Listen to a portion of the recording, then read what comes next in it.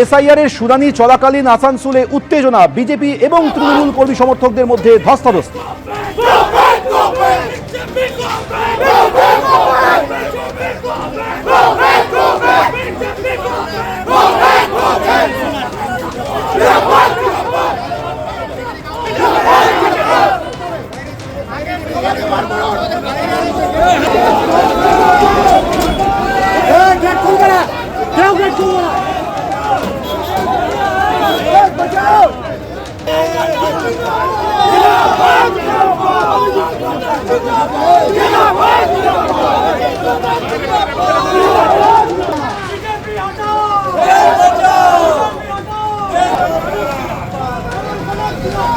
কৌশিক গাতাইত আমাদের প্রতিনিধি এই মুহূর্তে টেলিফোনে রয়েছেন। কৌশিক, এসআইআর এর শুনানি চলাকালীন কি কারণে এই উত্তেজনা?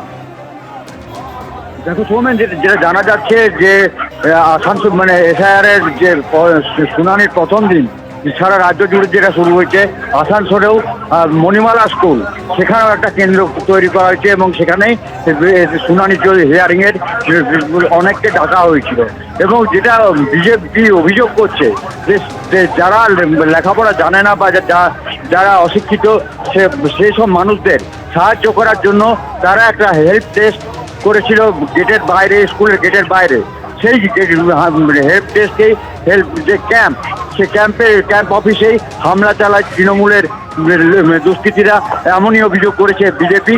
যদিও গোটা অভিযোগ অস্বীকার করে তৃণমূল যেটা দাবি করছে যে এই হেল্প ডেস্কের নাম করে যে বিজেপি প্রভাবিত করতে চাইছে ভোটারদের, এবং যার ফলে এই কাজটা সুষ্ঠুভাবে সম্পন্ন হতে পারছে না। মানুষ এর বিরোধিতা করেছে, তৃণমূলের সাথে এর কোনো যোগ নেই।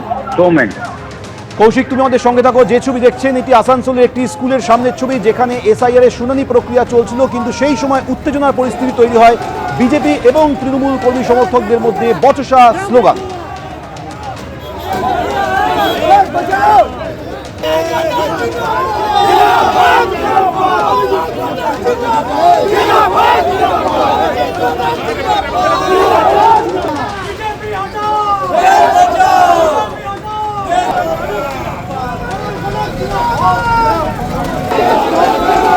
আরো একবার কথা বলবো, আমাদের প্রতিনিধি কৌশিক গাতাইত রয়েছেন। কৌশিক, তুমি যেরকম বলছিলে যে বিজেপির তরফে অভিযোগ করা হয়েছে তারা একটি হেল্প ডেস্ক বসিয়েছিলেন, কিন্তু তাতে কাজ করতে বাধা দিয়েছে তৃণমূলের কর্মী সমর্থকরা। তৃণমূলের কি বক্তব্য?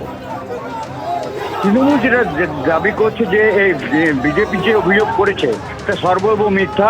বিজেপি যে ক্যাম্পটা করেছিল সেটা আসলে হেল্প ডেস্ক নয়, সেটা যারা তালিকাভুক্ত হতে পারেনি বা হতে চাইছেন তাদেরকে প্রভাবিত করে, এবং যাতে তারা আবার সেই ফর্মে ভুল করে দেয়, এবং সেই কারণেই তারা ইচ্ছাকৃতভাবে অর্থাৎ বিজেপি যে অভিযোগ করেছে সেই অভিযোগ সরাসরি খারিজ করে দিয়েছে শাসক দল। তোমাকে ধন্যবাদ। এবিপি আনন্দ, এগিয়ে থাকে, এগিয়ে রাখে।